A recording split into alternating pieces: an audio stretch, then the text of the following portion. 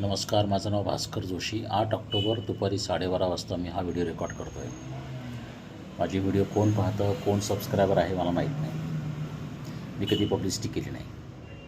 मी करोडो व्ह्यूज आणि लाखो सबस्क्रायबर उभे करू शकतो. परंतु जाहीर निवेदन मी देतो आहे की तुमच्यापैकी कुणीही असं आहे का की जे मला, कारण परमेश्वराची इच्छेने मी वाचलो आहे काल, कृपेने म्हणणार नाही, इच्छेने, त्याची इच्छा आहे. तर मला कपडे, अन्न, वस्त्र, निवारा आणि औषधांसाठी पैसे हवे आहेत, मदत हवी आहे. तर तुम्ही काय करू शकता का? मी आता दर 4 तासांनी माझं रिपोर्टिंग करणार आहे.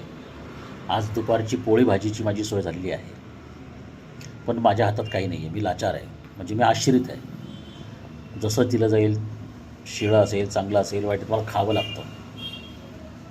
आणि मी डायबिटीस पेशंट आहे आणि मला सतत अपमानित केलं जातं, सतत मानसिक छळ केला जातो आणि खूप लोक माझ्या जीवावर टिपलेले आहेत, म्हणजे टपलेले आहेत मारण्यासाठी.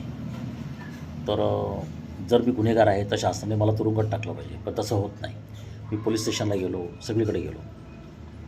पासपोर्ट 3 इंचीचा दुबळा काटकोळा माणूस आहे. असं मी काय केलेलं आहे? मी देशद्रोही नाही आहे, मी ड्रग्सचा व्यवहार नाही करत, मी संजय दत्त नाही आहे, शस्त्रांची दलाली नाही केली. असं मी काय केलेलं आहे? माझी भयानक बदनामी झाली पैशात. किती लोकांना फसवलं असेल मी?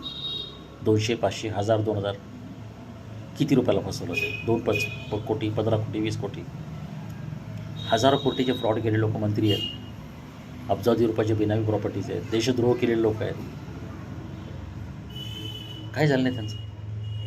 कारण माझं जे टॅलेंट आहे, माझी बुद्धी आहे, माझं जे स्किल आहे, माझं जे ज्ञान आहे, मला जी शक्ती दिली आहे स्वामीजींनी, ती नष्ट करण्यासाठी मनशक्ती, कारण मनशक्तीला रहस्य माहिती आहे, पण त्यांनी कोणाला सांगितलं नाही की ह्या माणसाला मारलं पाहिजे. कारण स्वामीजींनी हा माणूस जिवंत ठेवला आहे, त्याच्या शक्तीने जिवंत ठेवला आहे. तर हे रहस्य कोणाला माहीत नाही. सामान्य लोकांना वरवरच्या गोष्टी दिसतात, पण खरं रहस्य आहे की मला स्वामीजीच्या शक्तीने जिवंत ठेवलं आहे. ते मनशक्ती करणारे लोक आहेत. भीत्यापाठी ब्रह्म राखेल, कारण त्यांना भय येते. कारण स्वामीजींनी त्यांच्यावर काय कारवाई केली आणि त्यांनी स्वामीजींच्या विरुद्ध काय गुन्हे केले.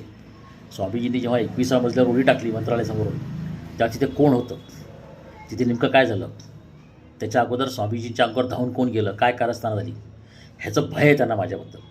कारण स्वामीजींनी त्यांच्यावर मात करून मला शक्ती दिली आणि मला पुढे केलं. आता ते स्वामीजींना काही करू शकत नाहीत. स्वामीजी या जगात नाही आहेत आणि स्वामीजींची शक्तीवर त्यांचा विश्वास नाही आहे. 100% मी तुम्हाला प्रूव्ह करून दाखवतो. मनशक्तीचा स्वामीजींची शक्ती विश्वास नाही, माझा आहे. मी कार्य केलं आणि ते प्रूव्ह केलं आहे. त्यामुळे ते मला मारू इच्छितात आणि त्यासाठी सगळ्या गोष्टी करतात. तर मला कोणी अन्नधान्य देऊ शकतं का जगण्यासाठी? आज